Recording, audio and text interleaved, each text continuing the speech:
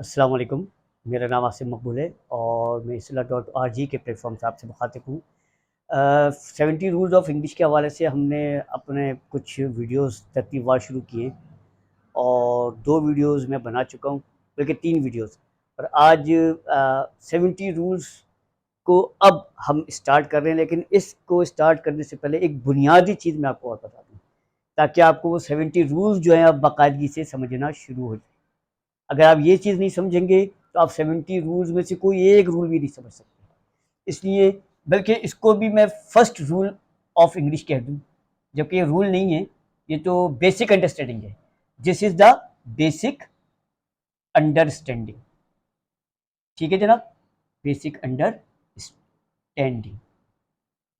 अच्छा, basic understanding क्या है? आपको जुमले बोलना है। You are going to speak the sentences. Now what is the construction of the sentence? जुमले का कंस्ट्रक्शन क्या है, यानी जुमला बनता कैसे है?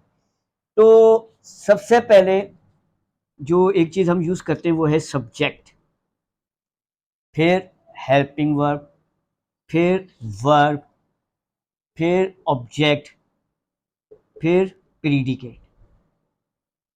प्रीडिकेट ये इसी तरतीब से, ये बिल्कुल ऐसे ही है जैसे मैथमेटिक्स का कोई भी एक फार्मूला, और जब वो फार्मूला लिखा जाता है तो हम उसी के हिसाब से मैथ के क्वेश्चंस को हम सॉल्व करते चले जाते हैं।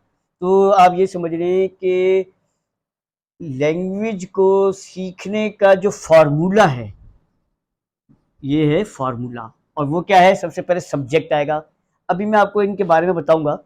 सबसे पहले जो है वो सब्जेक्ट आएगा, इसके बाद हेल्पिंग वर्ब, इसके बाद वर्ब, इसके बाद ऑब्जेक्ट और इसके बाद प्रीडिकेट। ये इस तरतीब से जुमला बनता है। अच्छा, अब कहीं कहीं ये हेल्पिंग वर्ब होता भी है, नहीं भी होता। ठीक है, कहीं कहीं ये ऑब्जेक्ट होता भी है, नहीं होता। कहीं ये प्रीडिकेट मौजूद होता भी है और कभी नहीं भी होता। यानी यूं समझ लें कि सब्जेक्ट और वर्ब ये तो जुमले में होगा, लेकिन कहीं ऑब्जेक्ट होगा, कहीं ऑब्जेक्ट प्रीडिकेट होगा। तो ये इस तरीके से पूरा जुमला बनता है।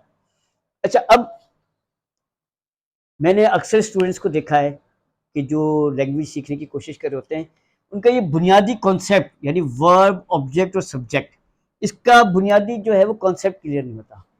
तो सबसे पहले तो आप ये बुनियादी one, subject, helping verb, verb, object और प्रीडिकेट, इनके बारे में अच्छी तरह समझ लें। अगर आप इनको नहीं समझ पाएंगे तो आपके लिए लैंग्वेज सीखना बड़ा मुश्किल हो जाएगा।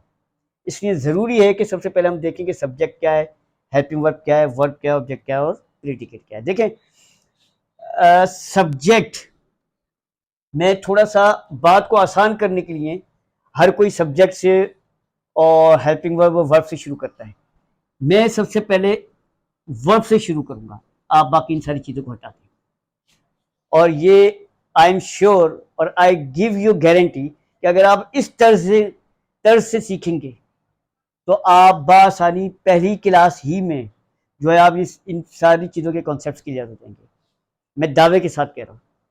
तो सबसे पहले हम वर्ब तलाश करें, यानी हमने पहले लिख दिया, ये फॉर्मूला तो हमेशा रहेगा, subject, helping verb, verb, object, predicate. अच्छा, अब सबसे पहले वर्ब। वर्ब क्या होता है, हमें इसको तलाश करना है। Now we are going to search the verb. What are the verbs? Verbs क्या है?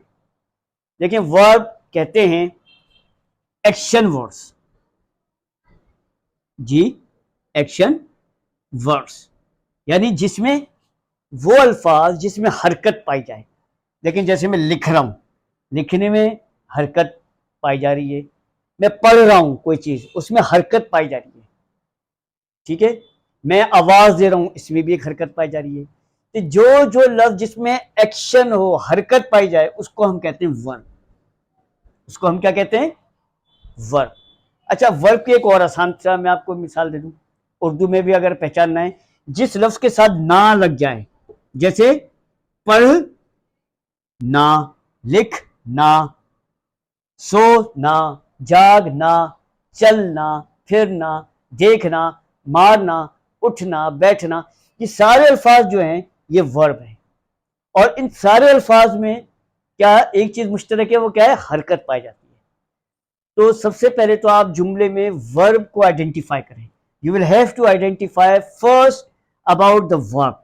When you will found out the verb, then you ask two questions about the verb. अब आपने दो क्वेश्चंस वर्ब के बारे में पूछने. नंबर एक, वर्ब, ये जो वर्ब है, ये काम जो है पढ़ना, ठीक है, या लिखना, ये जो काम है ये कौन कर रहा है? कौन, ये है पहला सवाल. ये कौन कर रहा है वर्ब, ये हो जाएगा आपका सब्जेक्ट. ठीक है, ये वर्ब यानी पढ़ना, कौन पढ़ रहा है? लिखना, कौन लिख रहा है? सोना, कौन सो रहा है? उठना, कौन उठ रहा है? जो भी सवाल वर्ब के हवाले से एक सवाल होगा, कौन कर रहा है, तो ये हो जाएगा सब्जेक्ट. जैसे मिसाल के तौर पे, मैं किताब पढ़ रहा हूं.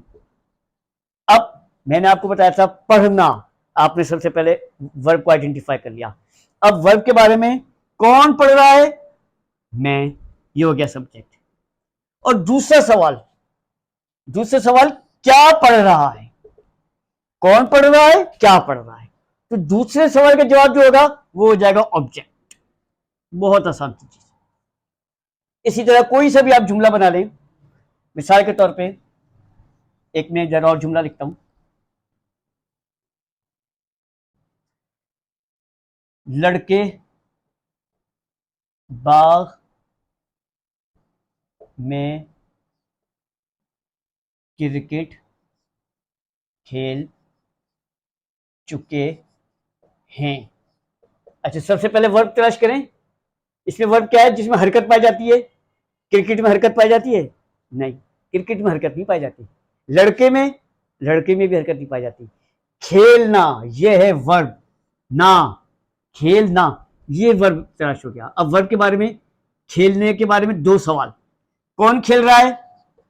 जी, लड़के बाग में खेल रहे हैं. तो कौन खेल रहा है? लड़के. तो ये आ गया सब्जेक्ट. ठीक है. दूसरा सवाल, क्या खेल रहा है? क्रिकेट. तो ये जो हो गया क्रिकेट, ये हो गया ऑब्जेक्ट. ये हो गया आपका ऑब्जेक्ट. अब बाकी जो कुछ बच्चा जुमले में ऑब्जेक्ट के अलावा, वो हो गया प्रीडिकेट. इसको कहते हैं प्रीडिकेट. तो कौन खेल रहा है, क्या खेल रहा है, और बाकी what ever being remain, that is the predicate. वो हम प्रीडिकेट कहते हैं. एक और मिसाल मैं आपको देता हूं. इस चीज की एक्सरसाइज आप जितनी ज्यादा बेहतर से बेहतर करेंगे, आप जितना ज्यादा बेहतर समझेंगे कि सब्जेक्ट क्या होता है, वर्ब क्या होता है, ऑब्जेक्ट क्या होता है, प्रीडिकेट क्या होता है, तो फिर आप बहुत सारी जुमलों को कंस्ट्रक्ट करने में कामयाब हो जाएंगे. एक और जुमला लेते हैं हम. और अब मैं जरा बहुत कुछ जुमले को बड़ा करने की कोशिश करता हूं. ठीक है. और अब मैं फिर आप लोग बताइएगा कि इसमें क्या चीज है. मछेरे दरिया से जाल के जरिए सब इकट्ठे होकर, सब मिलकर, मछेरे दरिया से जाल के जरिए सब मिलकर मछलियां पकड़ रहे थे. जी, मछेरे दरिया से जाल के जरिए सब मिलकर मछलियां पकड़ रहे थे. अब इसमें दोबारा से आप देखें कि इसमें वर्ब क्या है, क्या चीज है जो हरकत का बायस बन रही है. लफ्ज जिसमें लफ्ज आ जाए ना, पकड़ना. ठीक है. तो पकड़ना क्या हो गया? ये हो गया वर्ब. अब पकड़ना के बारे में दो सवाल करें. कौन पकड़ रहा है? मछेरे. तो ये हो गया सब्जेक्ट. और क्या पकड़ रहा है? दरिया पकड़ रहा है? नहीं. जाल पकड़ रहा है? नहीं, बल्कि मछलियां पकड़ रहा है. ये हो गया ऑब्जेक्ट. और बाकी दरिया से, जाल के जरिए, सब मिलके, ये सारा जो है वो है प्रीडिकेट. अच्छा, एक बात और याद रखें, प्रीडिकेट जितना भी बड़ा होता रहे, वो आप प्रीडिकेट को आगे पीछे कर सकते हैं. यानी दरिया से जाल के जरिए, या जाल के जरिए दरिया से सब मिलकर, या सब मिलके जाल के जरिए दरिया से. ये जितना भी प्रीडिकेट ज्यादा होगा, आप उसको आगे पीछे करके लिख सकते हैं. लेकिन जो अहम बात है वो ये कि सबसे पहले वर्ब को फाइंड आउट करें। Now first of all you will have to find out the verb, then ask the question about the verb. You keep the pen or pencil on the verb and ask the question, okay, who was doing this work, then that will be the subject, and what was the work is being done, that would be the object, and what is the remaining part of in this sentence, that would be the predicate. तो वो predicate कहलाएगा। तो ये इस तरतीब से हम जो है वो जुमले करेंगे कि हम ऐसे भी कर सकते हैं, जब आपकी प्रैक्टिस बहुत ज़्यादा हो जाएगी तो आप डायरेक्ट सब्जेक्ट तक पहुंचेंगे, फिर डायरेक्ट आप वर्ब ऑब्जेक्ट और प्रीडिकेट डायरेक्ट ही पहुंच पाएंगे। लेकिन ये जो तरतीब मैंने आपको बताई है, ये इसलिए बताई है कि बहुत से लोगों को मुश्किल होती है कि वो सब्जेक्ट को तलाश करें, ऑब्जेक्ट को तलाश करें, वर्ब को तलाश करें, प्रीडिकेट को तलाश करें। तो मेरे नज़दीक सबसे बेहतरीन तरीका, और मैं इसको खुद आजमा चुका हूँ, मैंने जितने अपने स्टूडेंट्स को इस तरीके से बताया, सब लोगों ने बासानी वर्ब ऑब्जेक्ट और सब्जेक्ट को समझ लिया। आखिर बार मैं दोबारा से बता दूं कि वर्ब के बारे में दो सवाल, कौन कर रहा है और क्या कर रहा है। कौन कर रहा है सब्जेक्ट, क्या कर रहा है वो ऑब्जेक्ट। तो आज हमारा लेक्चर जो था बेसिक इंग्लिश के हवाले से, और इंशाल्लाह इसके बाद अब हम अपने रूल्स को स्टार्ट करेंगे। तो आज आखिर में मैं ये कहूँगा कि जो लोग मेरे चैनल पे नए हैं वो मेरे चैनल को सब्सक्राइब कर लें, लाइक कर लें और बेल आइकन को प्रेस कर लें, ताकि इंग्लिश के हवाले से हर वीडियो आप तक से पहले पहुंच सके। बहुत बहुत शुक्रिया। अस्सलाम वालेकुम।